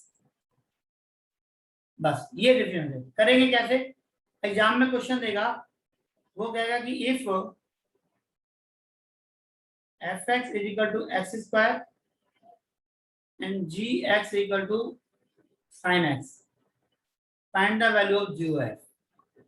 तो आपने करना कैसे है, देखो जी एफ एक्स लिखना है, पहले एफ एक्स की वैल्यू लो, एफ एक्स की वैल्यू क्या है एक्स स्क्वायर, यहाँ एक्स स्क्वायर। अब देखो जब जी एक्स है तो साइन एक्स है, तो एक्स की जगह एक्स स्क्वायर पुट करेंगे तो वैल्यू क्या हो जाएगी, sign X square, sign X square होगा। ऐसे ही अगर वो कहते नहीं सर एफ को जी बता दो, कोई बात नहीं, एफ जी एक्स ले लेंगे। अब पहले जी एक्स की वैल्यू लो, जी एक्स क्या दिया साइन एक्स। अब देखो एफ एक्स अगर एक्स स्क्वायर है तो एफ साइन एक्स क्या होगा, साइन एक्स का होल स्क्वायर, और that is sine square x. आप देखो sign X square sine square x दोनों इक्वल नहीं है,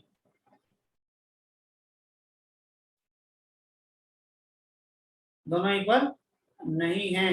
कोई जरूरी नहीं होता कि एफ और जी एफ की वैल्यू इक्वल हो, जैसे मैट्रिक्स में होता है ए इंटू बी इंटू ए इक्वल हो, जरूरी नहीं होता है। ऐसे यहाँ पे एफ ओ जी और जी एफ इक्वल हो जरूरी नहीं है। सर ये हमेशा होता है, नॉट नहीं इक्वल। नहीं हमेशा नहीं, इक्वल हो सकते हैं, बिल्कुल हो सकते हैं, एक केस में हो सकते हैं। तब जब एफ ओ जी की वैल्यू और जी ओ एफ की वैल्यू एक्स आ जाएगा, माने आपने एफ को ऐसा फंक्शन किया जहां एफ और जी की वैल्यू और जी एफ की वैल्यू इक्वल आ रही है, तो उसका मतलब एक्स आएगा, तभी इक्वल हो सकता है। फॉर एग्जांपल एफ एक्स ले लिया हमने रूट एक्स और जी एक्स हमने ले लिया एक्स स्क्वायर। अब देखो एफ और जी की वैल्यू क्या है,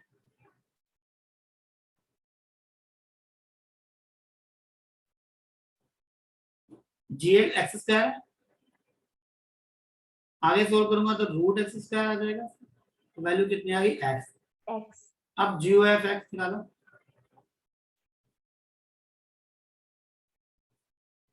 जी एफ एक्स के लिए रूट एक्स है, फिर लिखेंगे रूट एक्स का होल स्क्वायर, वो भी एक्स रहेगी। उस केस में एफ ओ जी ओ एफ इक्वल होता है, और जानते हो इस एक्स का मतलब क्या होता है, आइडेंटिटी फंक्शन आई एक्स। मतलब अगर ये y है तो y इक्वल टू एक्स हो गया ना, हर एलिमेंट खुद से रिलेटेड हो गया, तो उसको आइडेंटिटी रिलेशन भी कह सकते हैं, ठीक है ना। कभी कभार ऐसे भी आ जाए तो आई लिख सकते हैं, इसको आइडेंटिटी फंक्शन हो जाता है। Identity function y equal to X ही होता है, और ये तब जब भी होगा, ध्यान रखना, इसका मतलब है f इनवर्स इज g और g इनवर्स इज f। ये इनवर्स का रिलेशन भी होता है इनमें। अगर कहीं दो फंक्शन का कंपोजिशन x आ जाए, इसका मतलब both functions are inverse of each other, f का इनवर्स g का इनवर्स f। आप देख सकते हो रूट x का इनवर्स एक्स स्क्वायर का इनवर्स रूट x, यही हमारे इनवर्स को और कंपोजिशन को दोनों को जोड़ता है। सर इस फंक्शन में कुछ कहते भी हैं कि एफ ओ जी और जी ओ एफ अगर आई के इक्वल आ जाए तो? ये प्रॉपर्टी होती है ना, आइडेंटिटी रिलेशन हो गया ना, ये आइडेंटिटी रिलेशन, इस प्रॉपर्टी का नाम है आइडेंटिटी रिलेशन। इस आइडेंटिटी रिलेशन की वजह से तो हम बोल रहे हैं f is inverse of g and g is inverse of f. Okay, yes sir. इतनी तो ये बहुत है, बहुत हो गया आज। अब क्वेश्चंस कर लेते हैं इसके थोड़े से, जो पढ़ा है थोड़ा सा एक बार दोबारा रिमाइंड हो जाएगा। हाँ।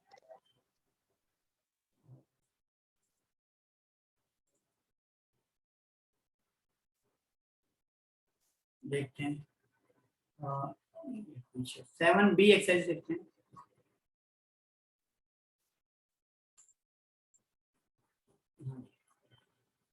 सेवन बी देख के बताओ जरा, which of the relation on A to B are function. हाँ जी, बताओ कौन सा फंक्शन है? बी ऑप्शन, बी ऑप्शन आप कह रहे हैं, पहला क्यों नहीं है? क्योंकि सर इसमें x 2 बार है। हाँ, एक्स की दो इमेजेस हैं, एक बार एक्स का पी से एक्स का एक से दो रिलेशन हो जाएं तो वो आपका फंक्शन ही नहीं होता। ठीक है, यहाँ पर भी देखो y दो से ज्यादा है, सर डी भी हो सकता है। सर डी भी तो हो सकता है। डी हो सकता है, एक्स का पी से वाई जेड वैसे हो तो सकता है, x y z x y z x y z, बेटा ये दोनों सर ही हो पीछे सकते दोनों दिए हुए हैं। हैं। हाँ दोनों ही हो सकते हैं, बिल्कुल सही, कोई बात नहीं, दोनों कर दो फिर बी एंड डी। एग्जाम में तो देखो एक ही आएगा। और नेक्स्ट देखो, x plus y equal to 5, क्या ये फंक्शन है? बताओ, क्या ये वन में फंक्शन है? देखो y इक्वल टू, मैं लिख दूं इसको 5 माइनस एक्स, y बोले तो फंक्शन हो गया fx ऐसे। अब बताओ x की हर एक वैल्यू के लिए y की वैल्यू यूनिक आ रही है या दो आएंगी? यूनिक। तो वन वन फंक्शन नहीं हो यूनिक गया? ही आएगी। हाँ, यस सर। सबके लिए सर एक समझ नहीं आया। कहने लगा x के वैल्यू 1 पुट करोगे तो y क्या आएगा? 4। ओके, हेलो, ओके 2 रखोगे तो 3, 3 रखोगे तो 2। कहना था x की एक वैल्यू के लिए y के अंदर एक ही तो वैल्यू आ रही है ऐसे, यस ओके सर। सर। तो इसके लिए क्या हो गया 1 1। ठीक है ना, कंपोजिट का तो कोई मतलब ही नहीं है, नॉट ए फंक्शन का दिक्कत नहीं, फंक्शन है ये, कोई दिक्कत नहीं, तो 1 1 है। ऐसे तो x इक्वल टू 4, क्या ये फंक्शन है? y का तो मतलब ही नहीं, ये है हर एक पे एक ही वैल्यू दे दो। नहीं, हर एक पे नहीं है ये ऐसे है, अच्छा मतलब 1 2 3 4, यहाँ पे लिखा है मान लो सबका 1 आंसर 2 पूरा 3 है 4, तो सभी का 4 से रिलेशन है। x की वैल्यू आप 1 लो 2 लो 3 लो 4 को, लेकिन वैल्यू जो फंक्शन कांस्टेंट है जो y है ना हमारा, वो कितना है हमेशा 4, वो 4 ही रहेगा। ओके, तो ये क्या है हमारा, ये फंक्शन है बस, वन में मैपिंग तो है ही अगर सर ऑप्शन में दिया होता मैनी वन तो मैनी वन भी हो जाता ना ये। तो मैनी वन हो जाता, बिल्कुल सही, अगर मैनी वन होता तो मैनी वन। सर ये x की वैल्यू 4 दे रखी है। हाँ जी, सर वाई की नहीं आनी चाहिए इधर। अच्छा x की नोट फंक्शन है, x की वैल्यू दे रखी है। हाँ, ये तो नॉट ए फंक्शन हो जाएगा, y नहीं दे सकता, सोच ये नॉट ए फंक्शन आएगा। ठीक है, y इक्वल टू 4 दिया होता ना, तो x की वैल्यू 1 2 3 4 लिखते तो y इक्वल टू 4 होता, तब तो फंक्शन होता। x इक्वल टू 4 पे फंक्शन ही नहीं है ना, इसलिए तो y पे तो। हाँ जी, सर कंपोजिट फंक्शन की डेफिनेशन बताना। कंपोजिशन फंक्शन ये होता है कि f o g कंपोजिशन और f n g it define at f g है, यही इसकी डेफिनेशन है, इसको इस तरह से डिफाइन किया जाता है, यही कंपोजिशन। ठीक है, तो सर हमें किसी सेट में कैसे पता चलेगा कि वो कंपोजिट फंक्शन है? फंक्शन दो फंक्शन का मिक्स होता है। मान लो आपसे कहा दिया जाए F X equal to sine X square दे दिया मैंने, देखो ये कंपोजिशन फंक्शन है, दो फंक्शन मिक्स हो रहे हैं इसके अंदर, एक तो साइन एक्स है और एक एक्स स्क्वायर है, ये दो फंक्शन को मिक्स करोगे तो कंपोजिशन बनेगा। Okay sir. ये सिंपल फंक्शन है सारे। चलो ये बताओ fourth, y equal to x square, not a function. Not a function, क्यों? -1 और 1 पे सेम वैल्यू आएगी। -1 पे भी वैल्यू 1 आ रही है और f1 पे भी वैल्यू 1 आ रही है, क्योंकि दो का एक से रिलेशन है। ठीक है, क्या कह रहे हो, दो का एक से तो हो सकता है।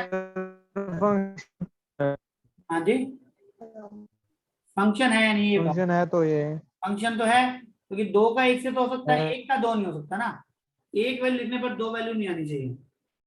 ठीक है, तो ये फंक्शन है, कौन सा फंक्शन है? सर यहाँ पर x की दो वैल्यूज आ रही हैं और x और y का रिलेशन है, हाँ जी, आगे ऑर्डर पेयर x y है, तो देखो, नॉट अ फंक्शन नहीं आएगा। एक मैं बता रहा हूँ, एक्स तो यहाँ से लेंगे ए से बेटा, ये बी है, ए में क्या है आपके पास 1 2 -1 -2, बी पे क्या है 0 1 2 माइनस बी है इसमें। ठीक है ना, अब कह रहे हो यहाँ पे एक्स लिया आपने 1, तो 1 पे वैल्यू कितनी आ रही है 1, और एक लिया -1, -1 पे वैल्यू कितनी आ रही है 1, 2 पे वैल्यू कितनी आ रही है 4, -2 पे वैल्यू कितनी आ रही है 4। अब बताओ क्या ये फंक्शन है या नहीं, आप बताओ। Yes sir. है ना बेटा?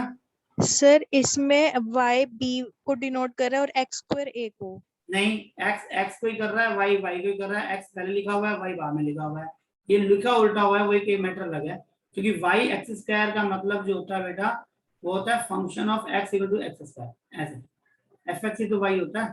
तो x ये है जो डोमेन है, y हमारी रेंज है, ये रेंज है और ये डोमेन। सर इसमें फंक्शन कैसे होगा? 1 की अगर हम इनवर्स प्री इमेज देखें तो 2 वैल्यूज आ रही है ना। बेटा मैंने 1 1 ऑन 2 की बात नहीं करी, आप फिर 1 1 ऑन 2 पे चले गए, हम फंक्शन की बात कर रहे हैं, इनवर्स निकालने की बात नहीं कर रहे हम आपसे कि वो 1 1 ऑन 2 है। सर यहाँ पर देखो ना x की 2 वैल्यूज आ रही है। x की y दो की दो वैल्यूज नहीं। किस पे 2 वैल्यू आ रही है बताओ, x की कोई एक वैल्यू लिख के y की 2 वैल्यू बता दो, चलो x की एक वैल्यू पे y की 2 वैल्यू बता दो। अगर ये क्वेश्चन इस तरीके से होता ना कि x equal to y square,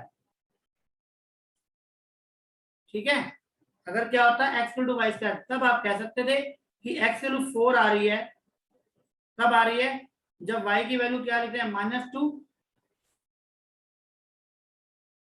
ये y इक्वल टू क्या आ जाता है फिर प्लस माइनस रूट x, ठीक है, तो तब आप कहते हैं कि यहाँ x वैल्यू 4 लिखते हैं ना तो प्लस माइनस 2 आता है, x इक्वल टू 4 पर y की वैल्यू +2 भी आ रही है और -2 भी आ रही है, तब आप कहते हैं कि यहाँ पे 4 की मैपिंग जो है वो -2 और +2 दोनों के साथ है, तब आप ये कहते हैं कि not a function. Done sir done. हाँ अब बताओ, आई बात समझ नहीं है अभी भी? Okay sir. कि बेटा 2 का 1 से हो सकता है, 2x के लिए 1 y सेम आ सकता है, लेकिन 1x के लिए y की 2 वैल्यू नहीं आ सकती। सर तो इसका मतलब ये होना चाहिए ना कि every element of a has a one element in b। वही तो लिखा हमने, 1 की इमेज तो 1 ही है, मैं यहाँ पे 1 की इमेज की बात करूं तो 1 की इमेज तो 1 ही बोलूंगा ना, और -1 की यस इमेज भी 1 ही बोलूंगा, मैं ये थोड़ी यस। बोलूंगा कि 1 की 2, इस 1 की प्री इमेज 2 है, प्री इमेज की तो बात कर नहीं रहे ना हम, वो मैनी नहीं फंक्शन है, वो बात ठीक है आपकी, पर हम मैनी वन की बात नहीं कर रहे, पहले तो बात कर रहे हैं फंक्शन की, तो फंक्शन तो है, बात करा, ठीक है। Yes sir. चलो नेक्स्ट देखो, ये तो जितना डिस्कशन करोगे ना उतना कंसेप्ट क्लियर होगा। हाँ जी फिफ्थ बताओ, फिफ्थ है x less than y। Yes sir no question तो यस सर फंक्शन है। फंक्शन तो है सर, ऑन टू नहीं आएगा। अब देखो एक मिनट बताओ, मैं 1 मिनट बताओ, देखो अगर मैं इसको पेयर बनाऊं R के अंदर, देखो 1 2 का पेयर है, 1 3 का पेयर है, 1 4 का पेयर है, ठीक है, ये बिलोंग करेगा इसको, ये अगर फंक्शन f है, इसको रोस्टर फॉर्म में लिखूं तो मैं ऐसे लिखूंगा ना 1 2 1 3 1 4 और लिखूंगा बेटा। अब बताओ 1 की कितनी इमेज आ रही है, इनफाइनाइट जाएंगी, तो क्या यस सर। फंक्शन है? नहीं है, नॉट अ फंक्शन। हाँ नॉट ए फंक्शन। 1 की इमेजेस 2 3 एक की अगर 2 से ज्यादा हो जाए, 2 या 2 से ज्यादा हो जाए तो फंक्शन नहीं होता है, 2 की 1 हो सकती है, 1 की 2 नहीं हो सकती, एक बंदा 2 जगह पे नहीं जा सकता, 2 बंदे एक जगह पे जा सकते हैं, अब ये समझ लो, ठीक है। चलो ये बताओ 6 में थर्ड डोमेन क्या होगी? C option. C option 1 2। 1 और 2 है, सी ऑप्शन। रेंज क्या है इसमें? 0। 0 0 0, ओनली 0, 4 बार 0 नहीं लिखेंगे। Yes sir. The domain and range of, 8 बताओ इसमें, देखो डोमेन का मतलब x की वैल्यू, तो x की तो हर वैल्यू पे कोई ना कोई वैल्यू आ रही है, तो x तो क्या है रियल हमारा नंबर। Real, real. ये तो रियल होगा, ये भी रियल होगा, ये भी रियल होगा, लेकिन जब हम उसको स्क्वायर कर देते हैं तो वैल्यू क्या आ जाती है? Non negative. Non negative. Non non negative है। बिल्कुल सही, तो नॉन नेगेटिव में कोई चीज, तो ये आंसर है, फिर 0 भी हो सकता है, नेचुरल नंबर में 0 नहीं होता इसलिए, होल नंबर आता है सर, फिर होल नंबर। हाँ होल पे हो जाता, पर होल में भी नहीं होता, फिर वो √2 सर √2 फिर वाली फ्रैक्शन वैल्यू नहीं ना, आती, फ्रैक्शन हाँ नहीं नॉन आती नेगेटिव सर। रियल से आएंगे। हाँ 9 देखो, domain of x will be set 1, बताओ क्या होगा इसमें? Sir fx equal to x square, ठीक है, फर्स्ट ऑप्शन। हाँ जी देखो वो कह रहा है which of the following function give value equal to 1। अगर डोमेन जो है एक्स बी सेट ओनली एक ही एलिमेंट है तो यहाँ पे देखो 1 लिख रहे हैं तो भी 1 आएगा, यहाँ पे 1 लिखेंगे तो भी 1 आएगा, बाकी सब में वैल्यू अलग अलग आ रही है, ठीक है ना। तो ऑप्शन ए सिंपल सही था, 1 वैल्यू 1 चाहिए हमें अभी के लिए। नेक्स्ट बताओ चलो। रेंज की वैल्यू 1 होनी चाहिए थी। हाँ जी हाँ जी, वो ये कह रहा है वैल्यू ना इक्वल टू 1 आना चाहिए, यहाँ भी 1 आएगा और यहाँ भी 1 आएगा। अच्छा इसमें था ना 10th में x की जगह -1 लिखते हैं। सर 9th में जो दो डिफर फंक्शन था ना, ये कंपोजिटिव फंक्शन बना के करना है। नहीं डिफर ही बता रहा है, वो फंक्शंस बोल रहा है ना, बहुत सारे फॉलोइंग फंक्शंस दे रखे हैं, ये दो फंक्शन का सेट देके पूछ रहा है कि वैल्यू 1 आ रही है। चलो इसमें यहाँ पे तो आ रही है लेकिन यहाँ पे नहीं आ रही, ठीक है। Yes sir. अब यहाँ पे बताओ x की जगह -1 पुट करना, 1/2। 1/2। बिल्कुल सही। ऐसे यहाँ पे -1/2 रख के बता दो 11th में। 3।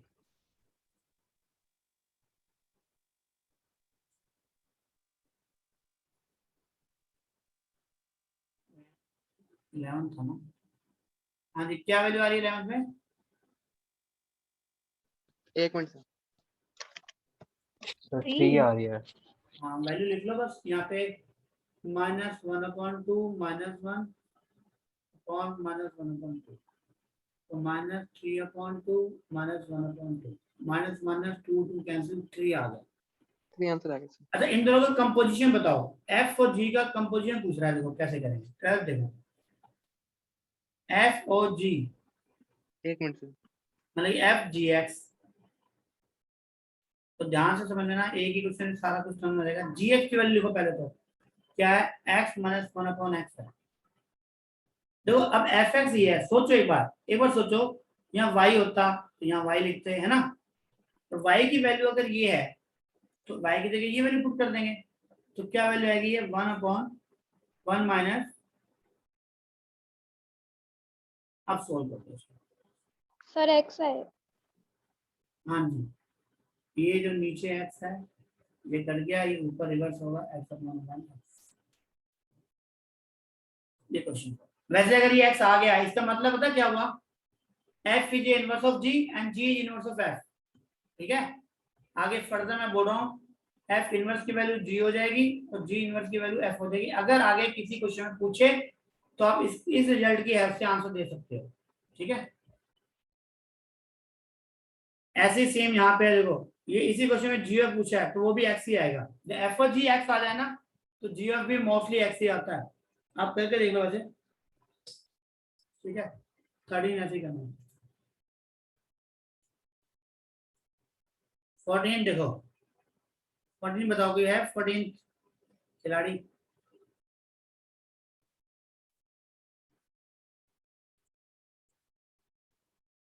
देखो x की हर एक वैल्यू के लिए यूनिक होगा, पहले देख लो।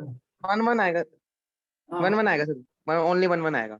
ओनली 1 आएगा, बिल्कुल सही, क्योंकि x की हर एक वैल्यू के लिए 1 लिखोगे तो कोई एक वैल्यू, एक ही वैल्यू आएगी, 2 और हर वैल्यू पे कोनो की वैल्यू है, तो ये क्या आपकी 1 वैल्यू है। 1 सर इसमें x पावर है। हाँ जी पावर में, अगर 1 लिखोगे तो 2, -1 लिखोगे तो 1/2 ऐसा, ठीक है। नेक्स्ट बताओ चलो, रेंज ऑफ फंक्शन, रेंज बतानी है मतलब y की वैल्यू बतानी है कैसी होगी, बताओ। देखो इधर मैं बताता हूँ, आपको दिया हुआ है x जो है वो 0 और 9 के बीच में, यहाँ पर देखो क्या लिखा है 1 + x, समझ लो इसको कैसे करते हैं 1 + x, आप ना 1 ऐड कर दो, यहाँ भी 1 ऐड कर दो, यहाँ भी 1 ऐड कर दो, ठीक है। अब कह रहे हैं लॉग दिया, सभी तरफ का लॉग ले लो, यहाँ भी लॉग ले लो, यहाँ भी लॉग ले लो, तो यहाँ भी लॉग ले लो। बेस क्या दिया है यहाँ पे 10, सभी का बेस भी 10 ही ले लो। log 1 बेस 10 की वैल्यू होती है 0, तो log 1 पे x से इक्वल है हमारे y के, और log 10 बेस 10 कितना था 1, तो y की वैल्यू के आगे 0 1 के बीच में, इसका मतलब ऑप्शन ए, क्योंकि रेंज का मतलब होता है y, वैल्यू ऑफ y, जो y की वैल्यू पॉसिबल है उनका कलेक्शन ही हमारा रेंज होता है। Okay done. सर एक बार फिर से रिपीट करना है। बेटा देखो x दिया हुआ है हमें 0 9 के बीच में, है ना, और मुझे ये y बनाना है, तो मैंने क्या किया, पहले तो 1 ऐड कर दिया, यस सर। फिर तीनों तरफ का log ले लिया बेस 10 के साथ, ओके, और log 1 Yes, की sir. 0 होती है, log 10 की 1, और ये पूरी वैल्यू क्या बन गई y, ये y है ना fx, यस सर। y के 0 1 के बीच, वही हमारी रेंज। Okay sir. चलो ये इस तरीके से क्वेश्चंस करने हैं बेटा, एक को करा देता हूँ 16 देखो। कभी भी किसी का इनवर्स निकालना है, उसका तरीका क्या होता है, आप ना fx जो भी दिया होगा उसको y लेट कर लो, y लेट करके ना x की वैल्यू निकाल लो, बस x की वैल्यू क्या आ जाएगी यहाँ पे देखो y/2, यही आपका इनवर्स है y/2। y/2 कैसे इनवर्स होगा, देखो x का मतलब हो गया f इनवर्स y, वो आंसर दे रहा है x में, तो इसका मतलब f इनवर्स x क्या हो गया हमारा x/2, x/2 आपका कहने मतलब जब भी आपको इनवर्स फाइंड करना है x fx को y लो और x की वैल्यू निकालो इन टर्म्स ऑफ y, वही हमारा इनवर्स हो जाता है। बस क्यों होता है देखो, इसको भी तरीका बताता हूँ।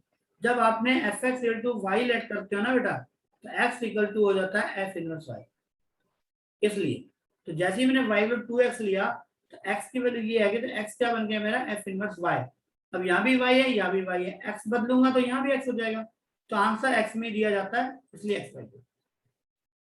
ओके सर 18 से हमें नॉर्मल मल्टीप्लिकेशन करनी है ना? ठीक है। चलो नमन आपकी आवाज नहीं आ रही सर 18 से हमें नॉर्मल मल्टीप्लाई करना है ना? आपके?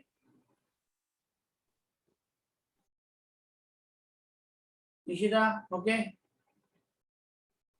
Yes sir. ओके। एक बार आवाज मुझे आपकी नहीं आ रही है, अगर मेरी आवाज आ रही है तो एक बार चैट बॉक्स में लिख दोगे। ओके बस मैं फिनिश कर रहा हूँ, एक बार चैट बॉक्स में लिख दो मेरी आवाज आ रही है नहीं आ रही। ओके चलो ठीक है ठीक है ठीक है ठीक है ओके। चलो आपकी नहीं आ रही है किसी वजह से, कोई बात नहीं। और अब हम यहाँ पे इसको ओवर करते हैं। अब ये सारे टॉपिक यहाँ पे आपके हो चुके हैं, ठीक है। अब इसको करो क्वेश्चंस को, और इसकी नेक्स्ट क्लास हम एक डाउट क्लास रख लेंगे। अगले कराने से पहले, डिफरेंशियल इंटीग्रेशन करने से पहले मैं ए बी और सी की एक डाउट क्लास रख लूंगा पहले, जिससे आपका ये वाला चैप्टर जो है वो कंप्लीट हो जाए, ये नहीं कि ये लटकता रह जाए। तो प्लीज इसके क्वेश्चन ट्राई करो, और मैं इसकी डाउट क्लास पहले ही लूंगा क्योंकि इसके भी बी और सी एक्स के कुछ क्वेश्चन रह गए हैं, तो वो ही हम करा लेंगे, ठीक है। Sir Tuesday Different doubt edition class में। लोगे आप हमें कुछ कहना चाहते हो ना चैट बॉक्स में दे दो। एक्चुअली मुझे लग रहा है कि आवाज की कुछ प्रॉब्लम हुई है, ये कि मैं हेलो ओके इशिरा ठीक है। अगर आप कुछ कहना चाहते हो तो चैट बॉक्स में लिख दो मुझे, और मैं क्लास ओवर कर रहा हूँ फिलहाल। चलो हाँ वो मैं आपको बता दूंगा, ट्यूसडे को ही रख लेंगे बेटा डाउट क्लास, ठीक है ना। ट्यूसडे को इसकी डाउट क्लास रख लेंगे, तो ट्यूसडे तक इसको फिनिश कर लो, बी और सी एक्सरसाइज को सभी। तभी फिर डिफरेंशिएशन और इंटीग्रेशन जो नया लास्ट चैप्टर आपका रह गया वो शुरू कर लेंगे। सर ओके बाय, फिर ट्यूसडे को रखते हैं क्लास। Okay bye.